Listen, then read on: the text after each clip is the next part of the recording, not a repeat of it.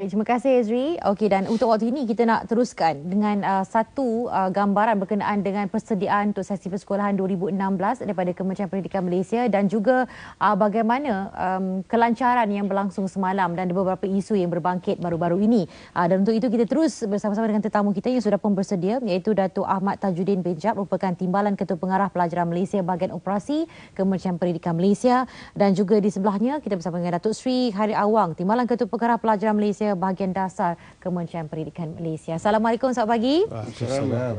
Okey, pertama sekali sesi persekolahan tahun 2016 telah pun bermula bagi beberapa negeri semalam dan hari ini untuk negeri yang lain pula. Dan kalau diikutkan bentuk persediaan yang telah pun dilakukan menjelang sesi persekolahan 2016 ni, bagaimana prosesnya? Ya. Okay, Alhamdulillah, laporan daripada Jabatan Pengarah Jabatan Negeri kita dapati pada 3 bulan berjalan lancar. Dan pada hari ini juga rasanya akan berjalan yang lancar juga kerana tidak ada masalah-masalah utama lah. Sikit sebanyak isu akan ada, tapi sebab sistem kita tidak perfect. Tapi secara umumnya akan berlaku dengan baik. Dan saya ingin mengambil kesempatan pada pagi ini juga lah untuk pertamanya mengucapkan ribuan terima kasih dan setinggi penghargaan kepada guru kita lah yang telah pun kembali ke sekolah. Ada satu kes di mana guru ni terkandas di laut dalam bot, tapi telah diselamatkan oleh bot nelayan. So itulah pengorbanan yang guru kita telah pun berikan untuk mendidik pelajar-pelajar kita lah. Dan juga saya juga mengucapkan terima kasih kepada agensi awam juga terlibat. Contohnya kalau ada sebuah jambatan yang rosak di Kuala Kerai, telah dibantu oleh pasukan 16 Regimen Askar Melayu Diraja. Dan mereka telah pun membina jambatan sementara yang dapat digunakan oleh pelajar untuk ke sekolah.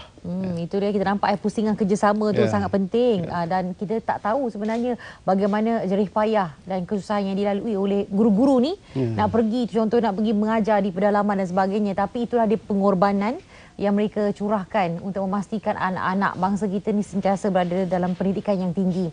Dan untuk waktu ini kita nak tahu juga, macam tadi wartawan kita di Terengganu yang menyatakan populasi sana dah mengecil. Budak-budak yang mendaftar pun dah makin mengecil kan. Itulah yang disebutkan oleh wartawan. Mungkin kalau kita boleh tengok, mungkin dari segi bilangan sekolah tidaklah berkurangan, tetapi cuma pelajar-pelajar je yang semakin mengecil. Bagaimana dengan bilangan sekolah yang beroperasi untuk tahun ini? Pada tahun ini bilangan sekolah adalah 10,145 buah sekolah. Jadi seperti yang disebutkan tadi, bilangan pelajar kurang sikit. Kalau dulu hampir 5 juta enrolment. Jadi pada tahun ini lebih kurang 4.7 juta. So ada sikit pengurangan di situ. Pengurangan di situ. Wah, itu dia. Dan bercakap juga berkenaan dengan pengabar persekolahan secara sekali lalu, sepintas lalu ya. Kerana mungkin Datuk Sri boleh ceritakan berkenaan dengan proses penerbitan buku teks yang bakal digunakan oleh pelajar di segi pengajaran juga pembelajaran. Terima kasih. Kalau kita lihat tagline Kementerian Pendidikan Malaysia, apabila buka sekolah saja, setiap pelajar mesti mempunyai satu kerusi, satu meja dan satu set buku.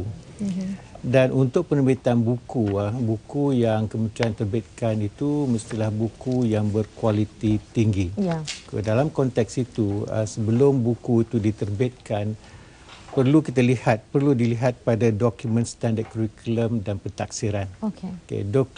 Dokumen standard kurikulum dan pentaksiran ini adalah dokumen yang menentukan standard kandungan, standard pembelajaran dan standard pentaksiran prestasi. Bermakna di dalam DSKP itu cara bagaimana mengajar, skop dia dan bagaimana menilai pelajar itu terhadap kandungan itu terkandung di situ. So untuk membentuk dokumen standard ini, kita melihat kepada keperluan semasa. Kalau kita lihat di dalam Pelan Induk Pembangunan Pendidikan Malaysia, Pelan Pembangunan Pendidikan Malaysia 2013-2025, kita lihat kembali dan antara komponen-komponen besar yang kita lihat di situ ialah aras tinggi, komponen aras tinggi. So review kepada kurikulum ini ada dan kita masukkan unsur-unsur semasa dan masa depan. So buku teks adalah jelmaan jelmaan kepada DSKP ini. Okey. Dan untuk menerbitkan buku itu, dia melalui berbagai proses, termasuklah selepas kita membuat perolehan, kita melihat pada proof muka surat, bermakna penerbit akan menghantar pada kita proof muka surat, kurikulum, proof muka surat, buku yang nak diterbitkan. Kemudian ada jawatan kuasa untuk mengkaji dan melihat kepada proof muka surat ini sebelum kita sahkan dalam bentuk naskah sedia kamera. Dan apabila naskah sedia kamera ini setelah dilalui satu jawatan kuasa yang memperincikan lebih jelas lagi, barulah diterbitkan. Dan penerbitan jumlah buku yang diterbitkan menepati keperluan semasa pelajar. Dan kita ada sistem kita untuk memantau keperluan dia. Dan setiap tahun sebelum buka sekolah, kita telah pun melihat kepada keperluan semasa, melihat kepada adakah kita perlu terbitkan buku cetakan baru ataupun cetakan semula. Buku cetakan semula ini adalah seperti buku-buku yang rosak, buku-buku kerja sekolah. Dan ini kita dapati daripada maklumat ini kita dapat daripada sekolah, PPD dan JPN. Dari situlah kita akan menerbitkan jumlah buku yang mencukupi untuk diberikan kepada pelajar-pelajar sebelum sesi sekolah bermula. Okey. Dan kita nak sebut sikit juga berkenaan dengan apa yang berlaku baru-baru ini. Mungkin ada perkembangan terkini dimaklumkan berkenaan dengan buku teks sejarah. Dan kerana ia tidak melibatkan semua sekolah-sekolah, kita boleh terangkan buku teks sejarah Jahanam ini kita terpaksa terbitkan semula, cetak semula disebabkan satu kesilapan di mana negeri Melaka itu dicetak pada negeri Kelantan. So kita lihat disebabkan kesilapan ini, kita telah pun meminta pencetak itu mencetak semula at the expense of the pencetak itu sendiri, dan insya-Allah kita akan edarkan sedang diedarkan. Sebenarnya buku itu telah pun diedarkan. Semua buku teks itu telah pun diedarkan ke sekolah-sekolah, ke jabatan-jabatan, ke sekolah-sekolah. Tetapi apabila kita lihat ada kesilapan ini, kita tarik balik dan kita cetak semula, dan insya-Allah saya rasa tak ada masalah untuk semula. Sebelum kita pergi pada Datuk Jadi, mungkin nak tanya sikitlah berkenaan dengan dari segi sumber rujukan untuk kemaskini buku sejarah tu, sebab apa rujukan-rujukan tertentu dalam penulisan buku-buku teks sejarah ni sebenarnya? Dalam penulisan buku sejarah itu, antara rujukan yang kita buat primarily keutamaan kita ialah pada arsip, museum dan buku-buku ilmiah yang telah pun diiktirafkan, buku sejarah ilmiah yang telah pun diiktirafkan. Dan selain daripada itu, kita juga mempunyai panel pakar sejarah yang pakar dalam bidang-bidang dia dan pelbagai bangsa. Dan pakar-pakar inilah yang melihat pada rujukan, melihat kepada pengisian dalam dokumen standard itu, dan persetujuan ini telah pun diperoleh, satu dokumen standard itu dibentuk dan diluluskan dalam jawatan kuasa kurikulum kebangsaan. Jadi dalam jawatan kuasa kurikulum kebangsaan meluluskan, barulah kita mencetaknya. Dan cetakan ini berpandukan kepada standard ISO. Jadi dengan berkualiti, dengan dokumen standard kurikulum yang berkualiti, dengan penerbitan dengan mematuhi SOP yang berkualiti, insya-Allah kita mengharapkan buku yang kita terbitkan itu adalah buku yang berkualiti, insya-Allah. Insya-Allah. Dan seperti mana juga disebut oleh Timbalan Menteri Pendidikan P. Kamaluddin semalam, yang berkatakan bahawa walaupun buku teks sejarah itu ada sedikit masalah cetakan dan akan diedarkan dalam masa yang terdekat ini untuk yang baru, tetapi ia tidak akan menjejaskan proses pengajaran juga pembelajaran diberi darjah bagi murid tahun 6. Jadi pastikan ia tidak akan menjadi satu masalah untuk anda tidak skor dalam mata pelajaran sejarah untuk tahun ini. Itu yang paling penting. Tapi kita nak kembali kepada Datuk Tajuddin berkenaan dengan penggal persekolahan 2016. Jadi pada masa ini ada negeri-negeri tertentu yang sedang dilanda banjir dan pastinya ada persediaan yang tertentu daripada pihak kementerian sendiri untuk menangani perkara ini.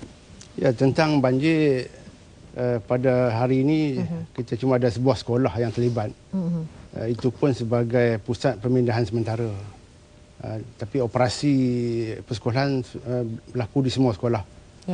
Jadi kalau kita bandingkan dengan tahun lepas pada masa yang sama ni, ya, kita dapati ada 1,000 buah sekolah kita yang terlibat dengan banjir, sama ada sekolah di Nak Kiai ataupun sekolah menjadi pusat pemindahan sementara. Alhamdulillah pada tahun ini begitu baik dan kita harap akan berterusan begitu. Dari segi operasinya kita pun tentukan melalui SOP tertentulah yang kita edarkan ke sekolah, di mana akan menyatakan apakah bentuk tindakan sebelum, semasa dan selepas banjir lah. Ya, okey. Baik, dan mungkin daripada untuk sesi persekolahan tahun 2016 ini ada banyak sebenarnya harapan disandarkan kepada pelajar-pelajar kita. Mungkin daripada Datuk sendiri, apa mungkin yang disandarkan untuk tahun ini? Ya, kita sekolah adalah merupakan tempat untuk membina ilmu dan menyempurnakan akhlak. Jadi ini dua perkara penting ataupun dua dimensi penting dalam sekolahan kita, iaitu untuk mendidik supaya pelajar kita mendapat ilmu untuk mencapai 6 aspirasi PPPM itu sendiri, dan juga yang lebih penting adalah bagaimana untuk menyempurnakan akhlak itu. Sebab kita nak lahirkan dalam negara kita warga negara yang mempunyai akhlak, yang mempunyai etika. So ini semua adalah merupakan bermula daripada persekolahan. Betul. Dan juga kita harapkan bahawa sekolah ini juga akan bersama-sama dengan ibu bapa untuk sama-sama kita menggebelingkan tenaga bagi kita menjana outcome pelajar yang kita harapkan itu. Itulah dia. Memang kita sama-sama setuju untuk kita membina akhlak anak-anak ni bermula daripada peringkat persekolahan.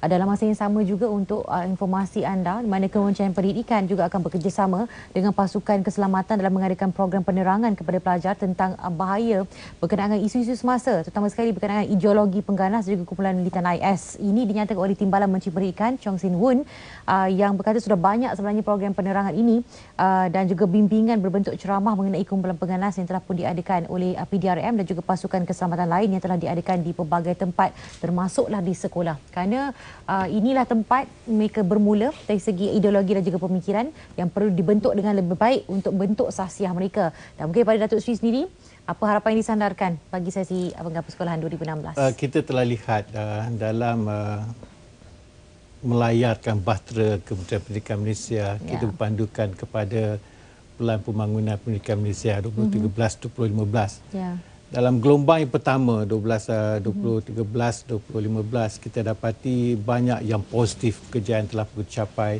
dan kini kita masuk pada gelombang yang kedua yang memerlukan satu komitmen yang bukan saja di peringkat kementerian tetapi juga di peringkat akar umbi. So kita mengharapkan di peringkat akar umbi memahami tentang hasrat merealisasikan Pelan Pembangunan Pendidikan Malaysia ini bagi memastikan yang masa depan negara mencapai matlamat sebagaimana digagaskan di dalam perancangan-perancangan pendidikan negara itu. Dan dalam konteks itu juga kita dapati cabaran-cabarannya ialah sebagaimana saya katakan tadi, antara cabaran ialah buku teks yang berkualiti.